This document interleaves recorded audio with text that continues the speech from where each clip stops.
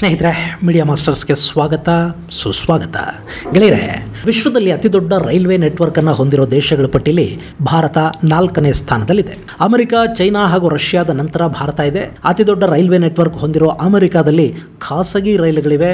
ಆದರೆ ಚೈನಾ ಮತ್ತು ಭಾರತದಂತಹ ದೇಶಗಳಲ್ಲಿ ರೈಲ್ವೆಯನ್ನ ಸರ್ಕಾರ ನಡೆಸ್ತಾ ಇದೆ. ಖಾಸಗಿ ವ್ಯಕ್ತಿ ರೈಲನ್ನು ಖರೀದಿ ಮಾಡಿ ರನ್ ಮಾಡೋ ಅವಕಾಶ ನಮ್ಮಲ್ಲಿಲ್ಲ. ಆದರೆ ಇತ್ತೀಚೆಗೆ ದೇಶದಲ್ಲಿ ರೈಲ್ವೆ ಕಾರ್ಯಾಚರಣೆಯನ್ನ ಖಾಸಗಿ ಕಂಪನಿಗಳ ಕೈಗೆ ಕೊಡೋದಕ್ಕೆ ಸರ್ಕಾರ ಯೋಚನೆ ಮಾಡ್ತಾ ಇದೆ. ಅತಿ ಹೆಚ್ಚು ಜನಸಂಖ್ಯೆಯನ್ನು ಹೊಂದಿರುವ ಭಾರತದಲ್ಲಿ ಅತ್ಯಂತ ಕಡಿಮೆ ದರದಲ್ಲಿ ಕೈಗೆಟುಕುವ ಪ್ರಯಾಣ ಅಂದರೆ ಅದು ರೈಲ್ವೆ ಪ್ರಯಾಣ. ರಸ್ತೆ ಹಾಗೂ ವಾಯು ಪ್ರಯಾಣದ ದರಕ್ಕೆ ಹೋಲಿಸಿದರೆ ರೈಲ್ವೆ ಪ್ರಯಾಣ ತುಂಬಾ ಕಡಿಮೆ ದರದಲ್ಲಿ ನಡೆಯುತ್ತೆ. ಹೀಗಾಗಿ ನಮ್ಮಲ್ಲಿ ಬಹುತೇಕ ಜನ ರೈಲ್ವೆ ಪ್ರಯಾಣವನ್ನೇ ಆಯ್ಕೆ ಮಾಡ್ಕೋತಾರೆ. ನೀವು ಯಾವುದೇ ಊರಿಗೆ ಸಾಮಾನ್ಯ ಬೋಗಿಯ ರೈಲಲ್ಲಿ ಹತ್ತಿದ್ರೆ ಅಲ್ಲಿ ಕಾಲಿಡೋದಕ್ಕೆ ಕೂಡ ಜಾಗ ಇಲ್ಲದಷ್ಟು ಜನ ತುಂಬಿಕೊಂಡಿರ್ತಾರೆ. ಅದಕ್ಕೆ ಕಾರಣ ರೈಲ್ವೆ ಪ್ರಯಾಣ ಅಗ್ಗ ಅನ್ನೋದು. ಹೀಗಾಗಿ ಜನರಿಗೆ ಸಹಾಯವಾಗೋ ಹಾಗೆ ಕಡಿಮೆ ದರದಲ್ಲಿ ಪ್ರಯಾಣ ಮಾಡೋದಕ್ಕೆ ಅನುಕೂಲವಾಗೋ ಹಾಗೆ ನಡೀತಾ ಇರೋ ಈ ರೈಲುಗಳೇನಾದರೂ ಖಾಸಗಿ ಆಗಿಬಿಟ್ರೆ ನಮ್ಮಲ್ಲಿ ಏನಾಗಬಹುದು? ರೈಲುಗಳನ್ನು ಖಾಸಗೀಕರಣ ಮಾಡೋದು ಎಷ್ಟು ಸರಿ? ಹಾಗೆ ಮಾಡೋದ್ರಿಂದ ಆಗೋ ಸಮಸ್ಯೆಗಳೇನು? ರೈಲುಗಳನ್ನು ಖಾಸಗೀಕರಣಗೊಳಿಸಿದ್ರೆ ಯಾರಿಗೆ ಲಾಭ ಆಗುತ್ತೆ? ಭಾರತದಲ್ಲಿ ಖಾಸಗಿ ರೈಲುಗಳು ಇವೆಯಾ? ಇದ್ರೆ ಎಲ್ಲಿವೆ ಅನ್ನೋದ್ರ ಬಗ್ಗೆ ಒಂದಷ್ಟು ಮಾಹಿತಿಯನ್ನು ನಾವಿಲ್ಲಿ ನೋಡೋಣ.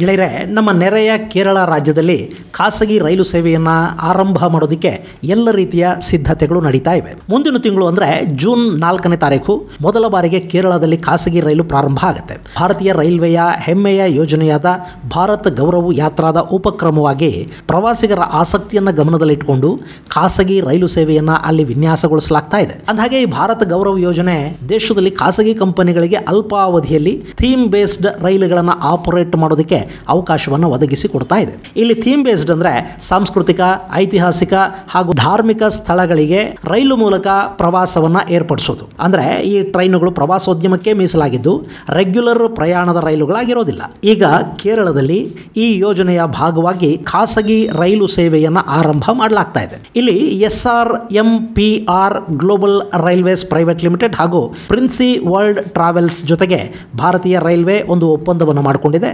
ಭಾರತೀಯ ರೈಲ್ವೆಯ ಸಹಯೋಗದೊಂದಿಗೆ ಕೇರಳದಿಂದ ಪ್ರವಾಸಿ ಸೇವೆಗಳನ್ನು ಜಾರಿಗೆ ತರುವುದಕ್ಕೆ SRMPR ರೈಲುಗಳನ್ನು ಬಾಡಿಗೆಗೆ ಪಡ್ಕೊಳ್ಳುತ್ತೆ. ಇಲ್ಲಿ ರೈಲು ಸಿಬ್ಬಂದಿ ಹಾಗೂ ಇತರ ಸೌಲಭ್ಯಗಳನ್ನು SRMPR ಒದಗಿಸಿದರೆ ಟಿಕೆಟ್ ಹಾಗೂ ಮಾರ್ಕೆಟಿಂಗ್ ಸೇವೆಗಳನ್ನು ಪ್ರಿನ್ಸಿ ಟ್ರಾವೆಲ್ಸ್ ನೋಡಿಕೊಳ್ಳುತ್ತೆ ಅಂತ ಅದರ ಡೈರೆಕ್ಟರ್ ದೇವಿಕಾ ಮೆನನ್ ಹೇಳಿದ್ದಾರೆ.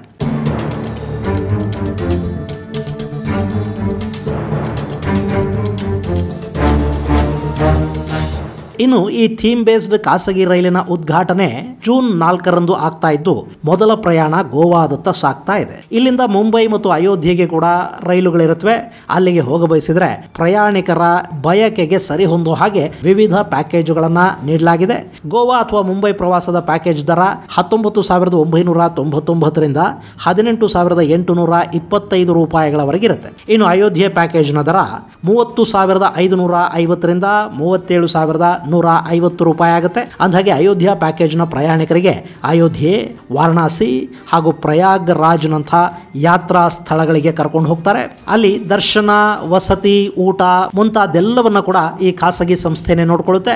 10 ವರ್ಷಕ್ಕಿಂತ ಕಡಿಮೆ ವಯಸ್ಸಿನ ಮಕ್ಕಳಿಗೆ ಪ್ರಯಾಣ ಉಚಿತವಾಗಿರುತ್ತೆ ಅಂತ ಹೇಳಲಾಗ್ತಾ ಇದೆ. ಈ ಪ್ಯಾಕೇಜ್ಗಳು ಪ್ರಯಾಣಿಕರು ಆಯ್ಕೆ ಮಾಡಿಕೊಳ್ಳುವ ಕೋಚುಗಳು, ವಸತಿಯ ಆಯ್ಕೆಯ ಮೇಲೆ ಆಧಾರ ಪಟ್ಟಿರುತ್ತವೆ. ಈ ಖಾಸಗಿ ರೈಲು 750 ಪ್ರಯಾಣಿಕರನ್ನ ಆರಾಮಾಗಿ ಸಾಗಿಸುವ ಸಾಮರ್ಥ್ಯವನ್ನು ಹೊಂದಿದ್ದು 2 ಸ್ಲೀಪರ್ ಕ್ಲಾಸ್ ಬೋಗಿಗಳು, 11 3ನೇ ದರ್ಜೆಯ AC ಕೋಚುಗಳು ಮತ್ತು 2 ಐಷಾರಾಮಿ 2ನೇ ದರ್ಜೆಯ ಹವಾನಿಯಂತ್ರಿತ ಕೋಚುಗಳನ್ನು ಇದು ಒಳಗೊಂಡಿರುತ್ತೆ. ಇದಲ್ಲದೆ ವೈದ್ಯಕೀಯ ತಜ್ಞರನ್ನ ಒಳಗೊಂಡ 60 ಆನ್ಬೋರ್ಡ್ ಸಿಬ್ಬಂದಿ ಪ್ರಯಾಣಿಕರನ್ನ ನೋಡಿಕೊಳ್ಳುವುದಕ್ಕೆ ನೇಮಕಗೊಂಡಿರ್ತಾರೆ.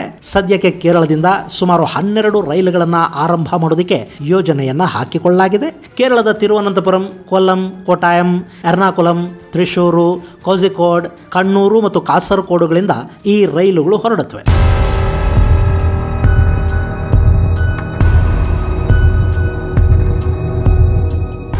ಸ್ನೇಹಿತರೆ, ದೇಶದಲ್ಲಿ ಖಾಸಗಿ ರೈಲು ಸೇವೆಯನ್ನು ಒದಗಿಸ್ತಾ ಇರೋದು ಇದೇ ಮೊದಲೇನಲ್ಲ. ಇದೇ ಭಾರತ್ ಗೌರವ ಯೋಜನೆಯ ಅಡಿಯಲ್ಲಿ ಈಗಾಗಲೇ ಖಾಸಗಿ ರೈಲು ಸೇವೆಯನ್ನ ಆರಂಭ ಮಾಡಲಾಗಿದೆ. ತಮಿಳುನಾಡಲ್ಲಿ 2022ರಲ್ಲಿ ಮೊದಲ ಬಾರಿ ಖಾಸಗಿ ರೈಲು ಸೇವೆ ಆರಂಭ ಆಯಿತು. ಕೊಯಮತ್ತೂರು ಮೂಲದ ಸೌತ್ ಸ್ಟಾರ್ ರೈಲ್ ಅನ್ನೋ ಕಂಪನಿಯೊಂದು ಈ ಸೇವೆಯನ್ನು ನೀಡೋದಕ್ಕೆ ಶುರು ಮಾಡಿತು. ತಮಿಳುನಾಡಿನ ಕೊಯಮತ್ತೂರಿನಿಂದ ಮಹಾರಾಷ್ಟ್ರದ ಶಿರಡಿಗೆ 14 ಜೂನ್ 2022ನೇ ತಾರೀಕು ಮೊದಲ ಪ್ರಯಾಣವನ್ನು ಈ ರೈಲು ಬೆಳೆಸಿತ್ತು. ಇದಕ್ಕೆ ಅತ್ಯುತ್ತಮ ಪ್ರತಿಕ್ರಿಯೆ ಬಂತು. ಮೊದಲ ರೈಲಲ್ಲೇ ಸುಮಾರು 1100 ಮಂದಿ ಪ್ರಯಾಣ ಬೆಳೆಸಿದ್ರು ಅಂತ ರೈಲ್ವೆ ಇಲಾಖೆ ಹೇಳಿತು. ಈ ಮೂಲಕ ಭಾರತೀಯ ರೈಲ್ವೆ ಸೇವೆ ಆರಂಭವಾದ ಬಳಿಕ ಮೊದಲ ಬಾರಿಗೆ ರೈಲ್ವೆ ಸೇವೆಯನ್ನ ಖಾಸಗಿಯವರ ಮೂಲಕ ನಿರ್ವಹಿಸುವ ಕೆಲಸ ಆರಂಭ ಆಯಿತು.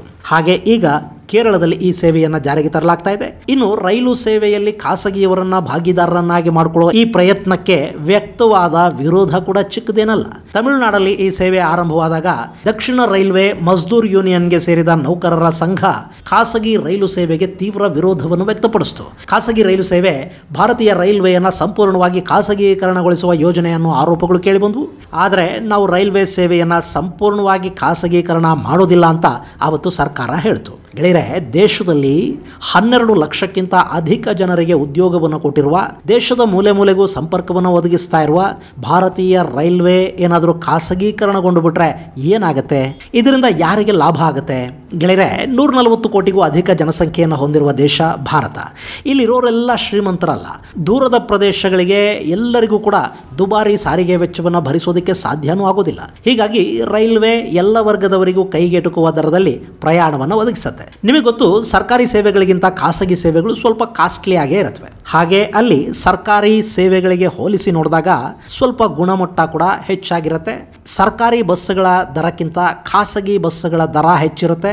ಖಾಸಗಿ ಸೇವೆಯಲ್ಲಿ ಸೌಕರ್ಯಗಳು ಸ್ವಲ್ಪ ಚೆನ್ನಾಗಿ ಸಿಕ್ಕರೂ ಕೂಡ ಅದಕ್ಕೆ ತಕ್ಕ ಹಾಗೆ ಟಿಕೆಟ್ ದರ ಕೂಡ ಇರುತ್ತೆ. ಹೀಗಾಗಿ ಬಡವರು ಹಾಗೂ ಮಧ್ಯಮ ವರ್ಗದವರು ಹೆಚ್ಚಾಗಿ ಸರ್ಕಾರಿ ಸೇವೆಗಳನ್ನು ಆಯ್ಕೆ ಮಾಡ್ಕೋತಾರೆ. ಇದೀಗ ರೈಲ್ವೆ ಸೇವೆಗಳನ್ನು ಖಾಸಗಿ ಮಾಡೋದ್ರಿಂದ ಏನೆಲ್ಲ ಪರಿಣಾಮಗಳು ಉಂಟಾಗುತ್ತವೆ ಅನ್ನೋದನ್ನು ನಾವು ನೋಡೋದಾದ್ರೆ, ಖಾಸಗಿ ರೈಲುಗಳನ್ನು ಖಾಸಗಿ ಕಂಪನಿಗಳು ನಡೆಸೋದ್ರಿಂದ ಅವು ಹೆಚ್ಚು ಲಾಭದ ಕಡೆಗೆ ಗಮನ ಕೊಡುತ್ತವೆ. ಇದರಿಂದ ಎಲ್ಲಿ ಹೆಚ್ಚಿನ ಜನ ಓಡಾಟ ಮಾಡ್ತಾರೋ, ಎಲ್ಲಿ ಹೆಚ್ಚಿನ ಬೇಡಿಕೆ ಇರುತ್ತೋ ಅಲ್ಲಿ ಮಾತ್ರ ಸೇವೆಗಳನ್ನು ನೀಡುವ ಸಾಧ್ಯತೆ ಇರುತ್ತೆ. ಆ ಮೂಲಕ ಹಳ್ಳಿಗಳ ಭಾಗದಲ್ಲಿ ಸೇವೆಗಳು ಸಿಗೋದು ನಿಂತು ಹೋಗಬಹುದು, ಸ್ವಲ್ಪ ಕಡಿಮೆ ಕೂಡ ಆಗಬಹುದು. ಅಲ್ಲದೆ ತಮ್ಮ ಹೂಡಿಕೆಗಳನ್ನು ವಾಪಸ್ಸು ಪಡ್ಕೊಳ್ಳೋದಕ್ಕೆ ಟಿಕೆಟ್ ದರಗಳನ್ನು ಕೂಡ ಖಾಸಗಿ ಸಂಸ್ಥೆಗಳು ಹೆಚ್ಚು ಮಾಡೋ ಸಾಧ್ಯತೆ ಇರುತ್ತೆ. ಇದರಿಂದ ಬಡವರಿಗೆ ಟ್ರೈನ್ ಜರ್ನಿ ಅನ್ನೋದು ದುಬಾರಿ ಕೂಡ ಆಗಬಹುದು.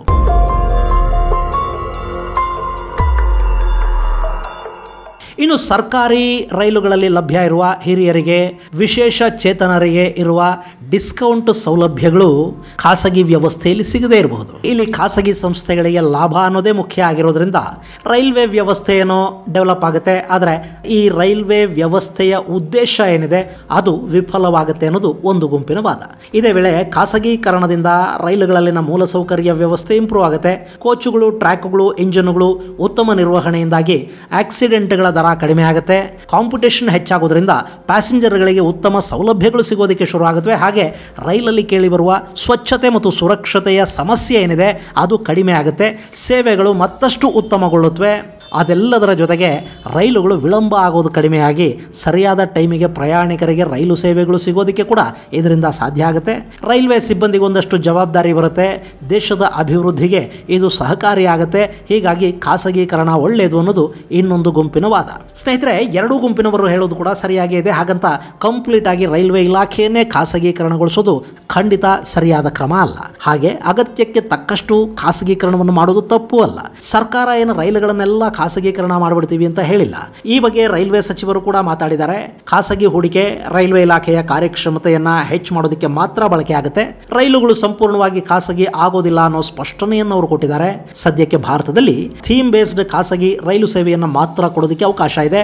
ಅದು ಕೂಡ ಅಲ್ಪಾವಧಿಗೆ ರೈಲ್ವೆ ಇಲಾಖೆಯಿಂದ ರೈಲುಗಳನ್ನು ಬಾಡಿಗೆಗೆ ಪಡೆದು ಖಾಸಗಿ ಸಂಸ್ಥೆಗಳು ಈ ಸೇವೆಯನ್ನು ಒದಗಿಸ್ತಾ ಇವೆ. ಅಕಸ್ಮಾತ್ ರೈಲ್ವೆ ಇಲಾಖೆಯನ್ನು ಒಂದು ವೇಳೆ ಖಾಸಗಿ ಮಾಡಿದರೂ ಕೂಡ ಸರ್ಕಾರ ಬಡ ಪ್ರಯಾಣಿಕರನ್ನ, ಮಧ್ಯಮ ವರ್ಗದವರನ್ನ ಗಮನದಲ್ಲಿಟ್ಟುಕೊಂಡೇ ರೈಲ್ವೆ ಸೇವೆಗಳನ್ನ ನಡೆಸಬೇಕಾಗಿ ಬರುತ್ತೆ. ದುಡ್ಡು ಕೊಟ್ಟು ಖಾಸಗಿ ರೈಲಲ್ಲಿ ಹೋಗ್ತೀನಿ ಅನ್ನೋರಿಗೆ ಹಾಗೂ ಸರ್ಕಾರಿ ರೈಲು ಬೇಕು ಅನ್ನೋರಿಗೆ ಇಬ್ಬರಿಗೂ ಸಹಾಯ ಆಗೋ ಹಾಗೆ ಒಂದು ಪ್ಲಾನ್ ಅನ್ನು ಮಾಡಿದರೆ ಯಾರಿಗೂ ಸಮಸ್ಯೆ ಆಗೋದಿಲ್ಲ.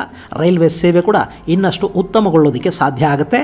ಈ ಬಗ್ಗೆ ನಿಮ್ಮ ಅಭಿಪ್ರಾಯ ಏನು ಅನ್ನೋದನ್ನ ಕಾಮೆಂಟ್ ಬಾಕ್ಸ್ ಅಲ್ಲಿ ತಿಳಿಸಿ. ಮುಂದಿನ ಸಂಚಿಕೆಯಲ್ಲಿ ಮತ್ತಷ್ಟು ವಿಶೇಷಗಳ ಜೊತೆ ಮತ್ತೆ ಭೇಟಿಯಾಗೋಣ. ಅಲ್ಲಿವರೆಗೆ ಜೈ ಹಿಂದ್, ಜೈ ಕರ್ನಾಟಕ.